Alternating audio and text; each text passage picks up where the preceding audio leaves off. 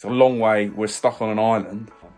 That the flight has changed. So we're on the flight with the players. They are 6-7 rows behind us. Yeah. But there's just one thing that really annoyed me about the players.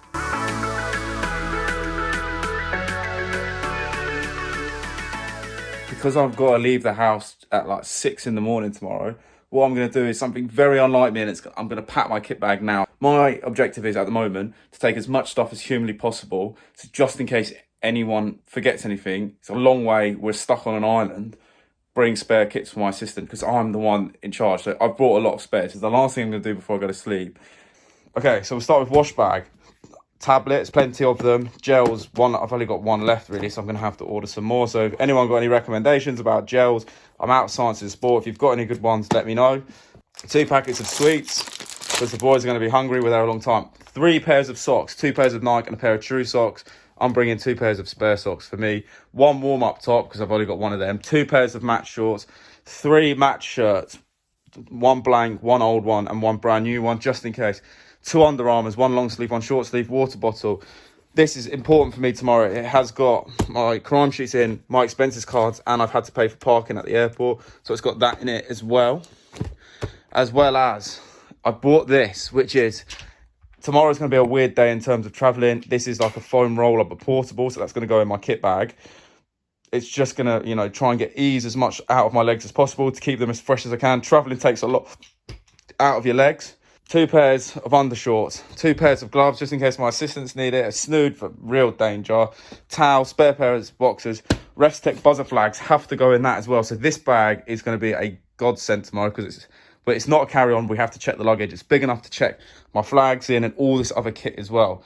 Now, to finish off the kit, we've got boots, dirty washing kit and speaker. That's everything I'm bringing. There's a load of stuff here, but basically we're going to pack this up.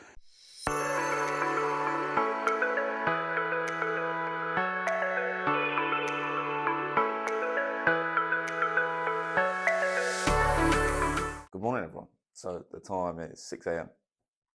I've got probably what I would say the most boring breakfast in the world, which is 3 Weetabix and a little bit of sugar, a banana, some pineapple, just to fill me up before I get to the airport. I've got pretty much pot of pasta, salad that I've made up, which will go in this bag. So it's about being as ready as humanly possible. I've got loads of time. I feel pretty chilled out actually. It's an exciting day out. It's a long day out. So I'll see you at the airport.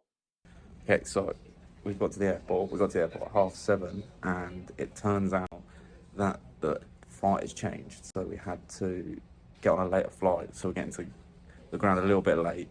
There's nothing we can do about it. So we've gone for breakfast and just chilled out in the airport because we would have been at the ground early anyway, or the island early, so we'd have had time to kill. So we just killed time at a different area. So we're about to get on the plane now. Had a nice breakfast instead, so I feel quite fueled up. And yeah, here we go, onto the plane.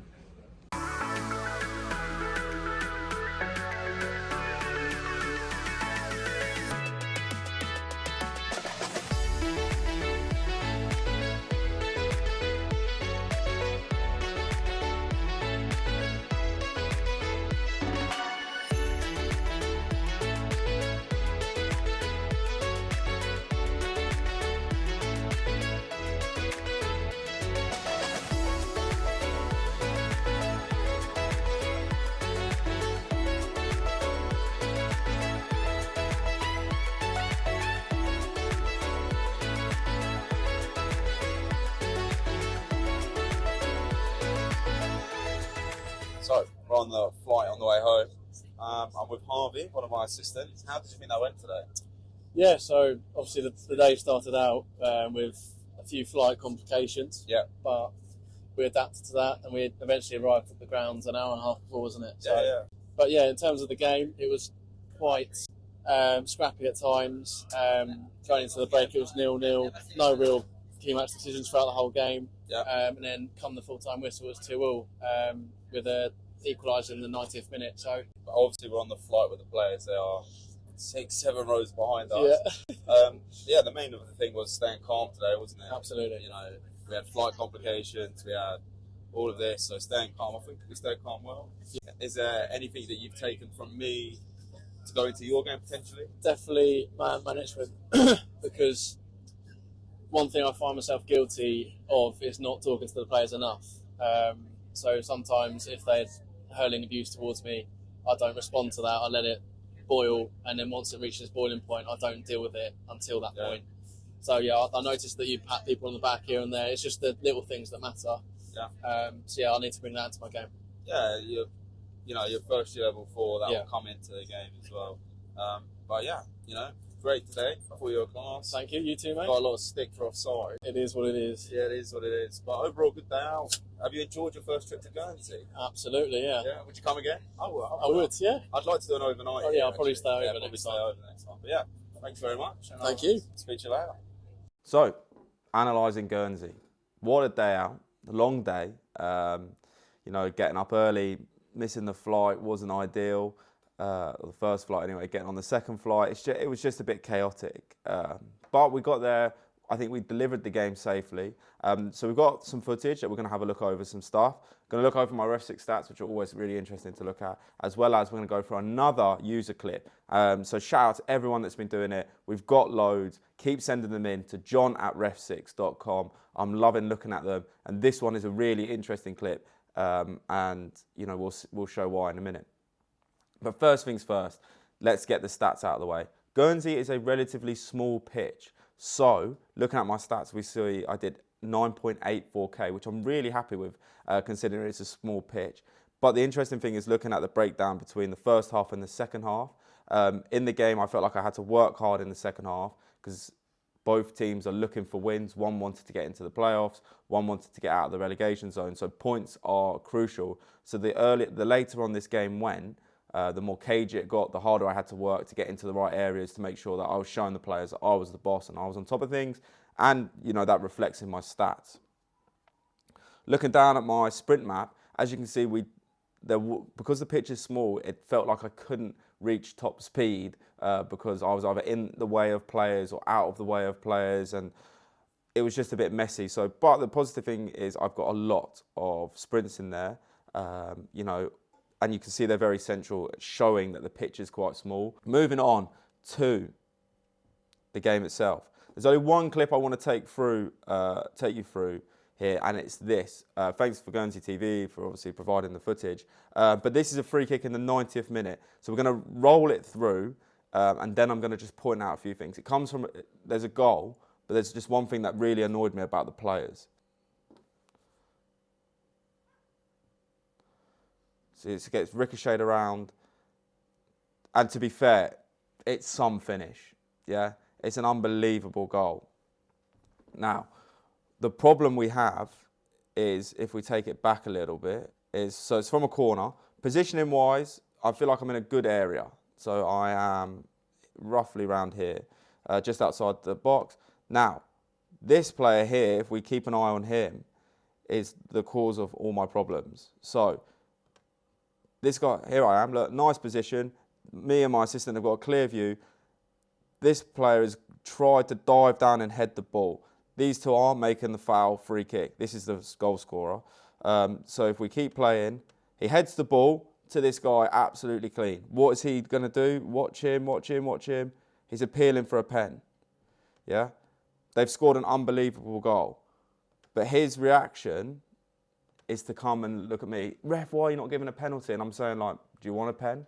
One, it's never a pen. And two, you've just scored a goal. Go celebrate with them. And that was the frustrating thing. So let me know of your thoughts. If you think it's a pen, I think it's an easy decision. If we pause it here, he's gone down to head the ball to his teammate. So let's have a look. Flicked up. There's not enough contact here. They're both jostling for it. If anything, he's got the number 9. Still, he's going down to head the ball. There's nothing in there for me. But let me know in the comments what you think, because I don't think it's a penalty. So that's Guernsey. So let me know what you think about it. I'd love to know your thoughts. Moving on to our clip. So we got sent this in by a subscriber. So I'm going to watch it through, just describe what's happening here, and then we're going to go and analyse this clip. And then I'm going to give you my thoughts and feelings. So, ball comes over the top. We've got like a quick break coming on, and then the referee's given a free kick. Now, my first thought when watching this through, was, red card. Like, quick reaction was instant red. And I'm wrong, I think. So if we watch it through again, you know, the ball bounces over the top. The foul has happened. It is a last man. So in your head, you should be saying potential dogso, potential dogso. But remember all the things that we have to consider when it comes to a dogso. So it's distance to goal. We can say yes. It's speed, yes, tick box. Covering defenders, there are no covering defenders, tick box. Is he likely to regain control of the ball? My answer is probably no. So for the simple reason that the edge of the box is here, and if we play one frame forward, the keeper is running out to it. So is there a likely chance that he's going to regain control of the ball and have a shot on goal? You know, we can't guarantee that. So it's slightly out of the, it's not bearing down the middle. He's not running directly towards the goal. So I actually think this is a great decision. And as you can see, he's put the burners on and it's a great angle as well. So first look, I thought red card.